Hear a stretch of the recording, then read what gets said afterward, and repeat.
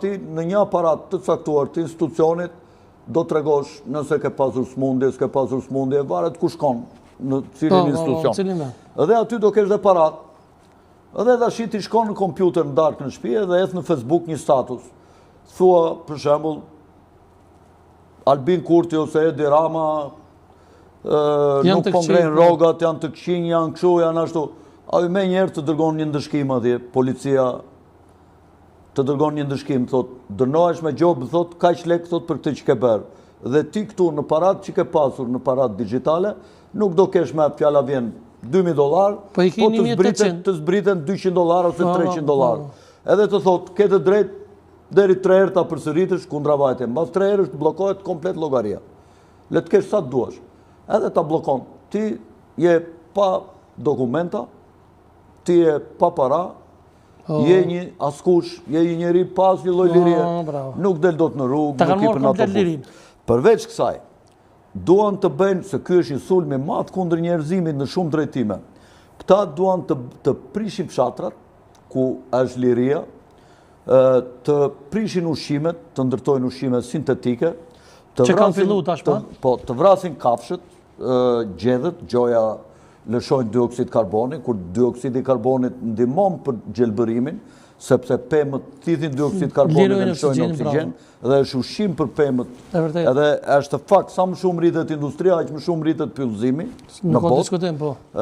Dhe këta vetëm mashtrojnë, thonë ka ngrohje globale, ka shkrirje të akujve, kur po ti shikosh New Yorkun, Venecian, ka do me thënë foto para 200 vjetësh që s'ka lëvizur ujë as 1 centimetër dhe gjitha janë gënjeshtra. Këta sulmojnë nga ajri me avion, kanë 3 vjet, 4 vjet, 5 vjet, që kur filloj Covidi ishte vetëm helm nga ajri. A e kontrollojnë edhe motin sako? Si? Edhe e kontrollojnë edhe kuën, apo? Po, bëjnë modifikimin e motit. Me qka? Lëshojnë plur alumini dhe boksite të ndryshme në ato shtjellat e gjata të avionëve dhe ato hapen dhe krijojnë një cipër re kështu dhe nuk të lënë diellin ta shikosh me sy dhe përveç asaj të helmojnë tokën, barin e ke pas përmend një fenomen i harp, më duket, a? Jo, s'ka lidhje me fenomenin harp, ky bëhet me avion. Po. Ngren avionët, Bill Gatesi me këta i ka financuar, edhe s'kan rreshtur së selmuarit gjitha qytetet po kuën, me çka e kontrollon me çatë? E botës. Koha stimulohet me sistemin harp. Kurse domethënë është bioinxhinieri kohës. Koha stimulohet me sistemin harp. Po, edhe me aparaturat tjera.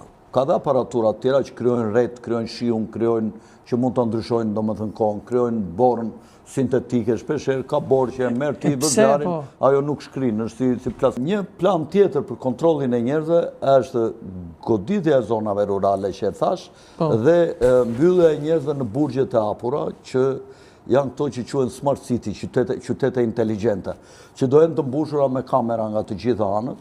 Dhe këta, qysh kur delti nga rrugica e shtëpisë ose nga pallati, nga hyrja e pallatit, ti do jesh i monitoruar në gjithë qytetin, ku hyn, në kë kafe, ku dole, kë takove, kupton, domethënë ti do jesh i monitoruar, sepse nëpër lokale ka kamera, nëpër institucione ka kamera.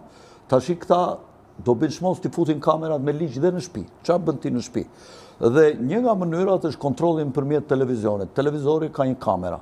Edhe vetë telefoni ka një kamera që ne nuk e dim, por që na filmojnë. Dhe përveç kësaj, do ndodhë për shembull një tragjedi familjare, burri vret gruana, gruaja vret burrin, djali baban, babai djalin, do gjenden raste se bepet të këtilla, e do thonë, do mbrojmë thonë njerëzit në familje, sidomos gratë. Gratë janë më të pambrojtura, do ngrihen këto feministët. Duam kamera në shtëpi që të mbrojnë gratë, të monitorohet gjithë familja se çfarë bën në shtëpi, se po vrasin gratë tona të mira që kanë. Kupton, do ngrihen këto feministët se aq kuptojnë, edhe